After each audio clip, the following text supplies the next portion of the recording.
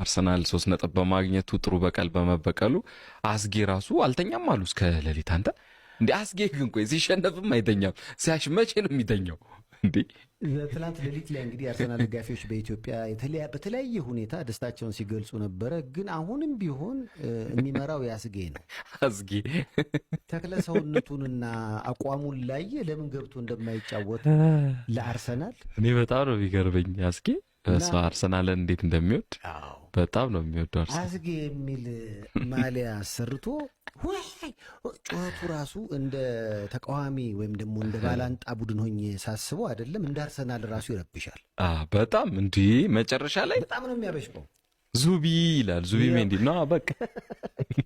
በኢቲቪ ፕሮግራም ለምትመለከቱ እንግዲህ አስጌ ሲሊፐሩን ይዞ በእጁ እያበደ ይታያል። ጥሩ ነው። አይ ደስ ይላል። ግን እንደዚህ አይነት ፈን መፍጠር ጥሩ ነው። በዛ ላይ ደግሞ ተመልከተው በስሊፐር ነው። ምንድነው በስሊፐር የሚያጨበጨበው? ድምፁ በደም ጎረቤት እንዲሰማ ነው። በእጁ አይደል ደርሳለሁ እንደዚህ። እኔ ግን ወይኔ እንግዲህ ቀጣይ ማስጎበኛችሁ መድፉን ነው።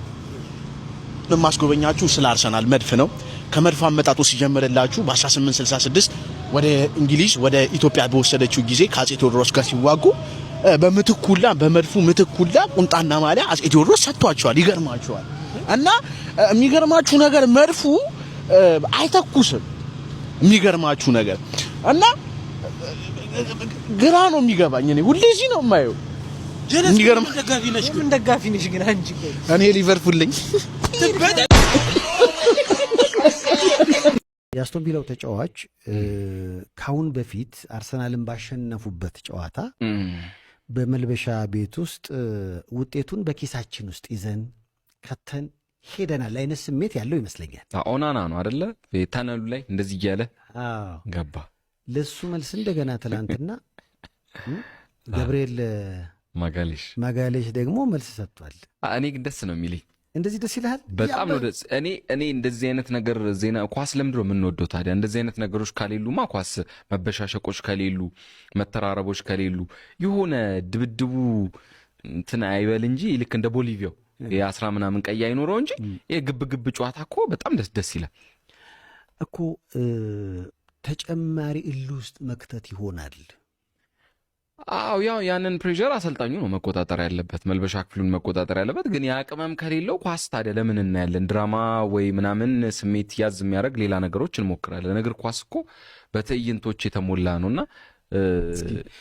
ለተመልካቾች እንጋብዛቸውና የማጋሌሽን ከዛ በኋላ እነሱ ቢፈርዱ አይሻልም?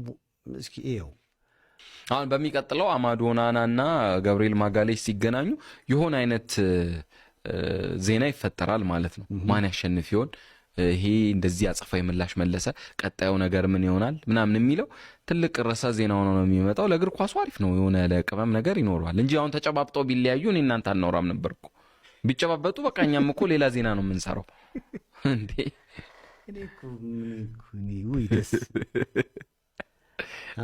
እቺ ደግሞ አዲሷ በቃ ልትሆን ነው ማለት ነው።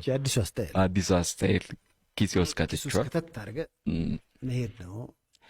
በመጀመሪያው ጨዋታ እንግዲህ የአስቶን ቪላ ያሸነፉ ጊዜ በደስታ መልበሻ ክፍል ውስጥ የአስቶን ቪላ ተጫዋች ላሳየው አገላለጽ ያንኑ ደግሞ የአርሰናል ተከላካይ እነሱ ደግሞ ሲያሸንፉ ደግሞታል። በቃ ሳይረሳ 3 ነጥቤን አርጌ ገብቻለሁ ነው። ይቆማሉይ ወይ ያላሸነፈ ብሎ ቋጠሮ ይቆማሉይ። ምን ታመጥብኛለህ? ሌላ የተሻለ ሐሳብ አለ? ከዚህ የተሻለ ሐሳብ ካለ ሜራባ ኮሜንቱ ክፍት ነው። እኔ ወድጄ ነው እንዴ ቋጠሮ ተስማምቶ ነው እንዴ? እንደኔ ተጎዳለ እንዴ? ቆማጣ ነው ጉድኒ ጤነኛ ነኝ እንዴ? ተንተና ቋጠሮ ሸለፈታ ከማድረግ ይገባል። አንድ ጨዋታ ሲያሸንፉ ስለ ዋንጫ ነው የሚያስቡት። 13 ነጥብ እኮ ልዩነት አለ ከመሪው ጋር እኮ የ13 ነጥብ ልዩነት ጋፓል። ይሄ መስተካከል አለበት። ሁለት ነገር ብቻ ልበላቸው ሲቲ ስፖርቶችን አድርሱልኝ። አንደኛ እኛ ነቆራ ምናምን እናውቃለን፣ የማንቸስተር ዩናይትድ ደጋፊዎች ነን። የሆነች ኮሽ ያለች ነገር በተናገራችሁ ቁጥር ይቅርታ በሉን ምናምን እያልን ጓያልን አንመጣም። ለዚህ አታስቡ። ሲቀጥል አይደለም የ13 ነጥብ ጋፕ ለምን የ20 ነጥብ የ25 ነጥብ ጋፕ አይኖረውም? ዋንጫውን እንበለዋለን፣ መብቷለን። ምን አገባ? አይደለም ፕሪሚየር ሊግ የሌለንበትን ቻምፒዮንስ ሊግ ዋንጫ እንበለዋለን የማለት መብት አለን። እኛ መብታችን ነው። ምክንያቱም እኛ ዩናይትዳውያን ነን። 10 ነጥብ ኒውካስትል እየመራ ሄደን በልተን እናውቃለን። የፕሪሚየር ሊግ ዋንጫ ማለት ነው። በፈለግነው ሰዓት እንበለዋለን አንበለውም የማለት መብቱ የኛ ነው እና አይመለከትም። የኔ አባት አሉላን ደግሞ እንደፈለገ እንዲሆን ድሉን ስጡት። ምክንያቱም እናንተ እንደፈለጋችሁ እየተጨማለቃችሁ ስለሆነ ይመሻችሁ። ጀማው አሉላ ፍሬው የፍሬው ልጅ አሉቲሉጢው አንድ ስልኬ በአርሰናል ደጋፊ ተወሰደ ነው ያለው። እንዴት ፍሬን አልወሰደልህም? የፍሬው ልጅ አንዱን ፍሬ እንደዚህ መንዞ ነበር መውጣት የነበረበት። በዚህ አፍ አከፋፈት ገና ብዙ ይቀጥላል። ዛሬ ደግሞ የሥራ የመባረሪያ ቀን ነው።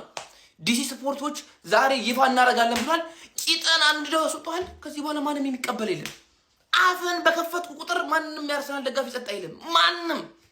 ማንም አንድ ፍሬ ነው ይመንዝል። ገና ሲጀመር አንተ አልተራ የመሸከም አቅም የለህም። ኦልሞስት እኮ ይደነዘዝክ ልጅ እኮ ነው። በቃ ንፋስ የሆንክ ልጅ እኮ ነው አንተ። እፍ ማለት እኮ ነው ለአንተ ደግሞ መሰንዘር ደግሞ አልትራ ይዤ ነበር። አልትራ የመሸከም አቅም የለህም፣ ጉልበት የለህም። አንድ ደንቆሮ ገና ይቀጥላል። ዛሬ ደግሞ መርዶሽን እንሰማለን። እስቲ ከስራ የምትባይበት ቀን ነው። ገና አርሰናል ዋንጫ ሲበላ ትለቃለህ ስራ። አርሰናል ዋንጫ ሲበላ ከስራ ትሰናበታለህ። የማንም መፈንጫ ሆነ። አስቶን ቪላ ትልቅ ነው። አስቶን ቪላ ትልቅ ነው። ነገር ግን ማንም ወደ ሳንፎርድ ምን ያሳዝናል። እውነት ቼልሲ አንድ ቅያሬ ብቻ ነው ማድረግ የነበረበት። ማሬስካው ጭራሽ ክለቡ ጭራሽ አይመጠንም። ክለቡ የጀል ብቻ አይደለም፣ በጣም ትርፍፍ ያለ ሰው ነው።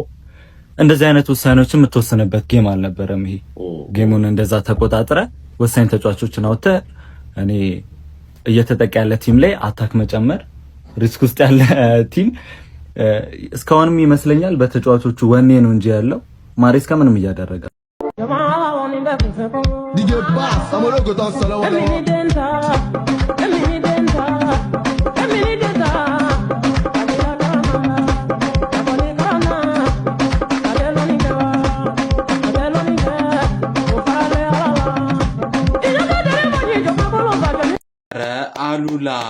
አሉላ ይሄ ትክክለኛ ነብይ ነው አሉላ። እስቲ እስከ መጨረሻው ድረስ ተከታተሉኝ። እንግዲህ አስቶን ቪላ እና አርሰናል ጨዋታውን ከማድረጋቸው በፊት ዓርብ ዕለት ነው ይሄንን አስተያየት የሰጠው። እስከ መጨረሻው ስሙትና ሀሳባችሁን ኮሜንት ላይ ታስቀምጡልኛላችሁ። በደንብ አዳምጡት። በደንብ ኮፒ ሊንክ ሪፖስት እያደረጋችሁ ተከታተሉ። ወደ ሁለተኛ ክለቤ ሙሉ ድጋፌን ወደ ሁለተኛ ክለብ ላረገው ነው። የት ምን አለ? ሌላ ሁለተኛ ክለብ አለኝ እንዴ? ማን ነው? እኔ አሁን በዓለም ዋንጫ ላይ የእንግሊዝና የፖርቹጋል። እሺ እንግሊዝ ፕሪሚየር ሊግ ላይም አንደኛ ክለቤ ማንቸስተር ዩናይትድ፣ ሁለተኛ ክለቤ አስቶን ቪላ። ቅዳሜ እንዳትቀይር። አስቶን ቪላም ብራንድ ነው። ቅዳሜ እንዳትቀይር።